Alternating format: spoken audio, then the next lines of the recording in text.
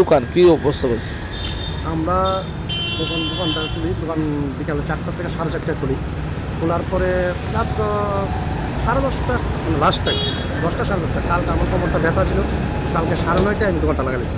লাগানোর পরে আমি বাড়িতে চলে গেছি। চলার পরে ঠিক 11:30 পৌনে 12টা তখন গিয়ে আমার দুজনের কাছে দোকানে আগুন লাগে। তো দূরে আইসি আয়া দিয়ে ফায়ার সার্ভিস এসেছি। কিসের থেকে লাগবে এটা আমি জানি। আমি শুনছি এতটুকু যেটা খেলেছিল তারা বলে আগুন লাগবে। তারা ফায়ার সার্ভিসে ফোন করছে। ফোন করে এরপর আমার পাশে একটা বড় দোকান আছে, ওইখানে মালিককে ডাকাডাকি করছে। তারা গিয়ে তার ডাকাডাকি কইরা এবার ডাক্কা কিনলে আনতে পারে। আমিও আইসি। কিসের থেকে লাগবে সেটা জানি না।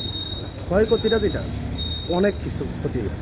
অনেক কিছু বলতে আমার হাল খাতার মধ্যে আমার প্রায় 18 লক্ষ টাকা ক্যাশ টাকা, আমার 60,000 টাকা আমার পার্সোনালি, মানে আমাদের মাছের দোকান ফের আসলো মাংস দোকান, আমার পাশের দোকানদার মাংসের দোকান। এবং আমার ঘরের দিকে সিসি ক্যামেরা আমার 40,000 টাকা সিসি ক্যামেরা। একটা টিভি ছিল, টিভিটার দাম আছে 50,000 টাকা। আমার একটা ডিপ ফ্রিজ আছে, ডিপ ফ্রিজ দাম 80,000 টাকা। আমার একটা টেবিল আসতো, এই টেবিলের দাম 65,000 টাকা। আমার মাছ আসতো 1,20,000 টাকা। আমার 3টা পাল্লা আসতো, মানে কাটা ওয়েট মেশিন সব দিন, মানে যা যাবো অনেক অনুষ্ঠান, মানে কল্পনার বাইরে। এবং টাকাগুলো যে পুষছে সেটা ওই আমার এখানের মধ্যে আমার মোবাইলের ভিতরে রেকর্ডিং আছে।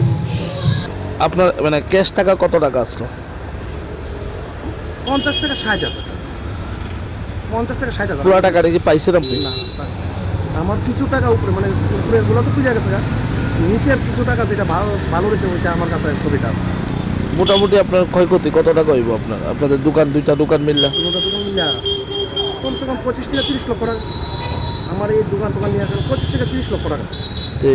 কি আবেদন থাকবো সরকারের? আমি সরকারের কাছে আবেদন করছি, তারা যতটুকু পারে আমাদের যে ভাত খাওয়ার ব্যবস্থা করে। আমরা এই দোকানটার মধ্যে 100টা প্লেট আছে।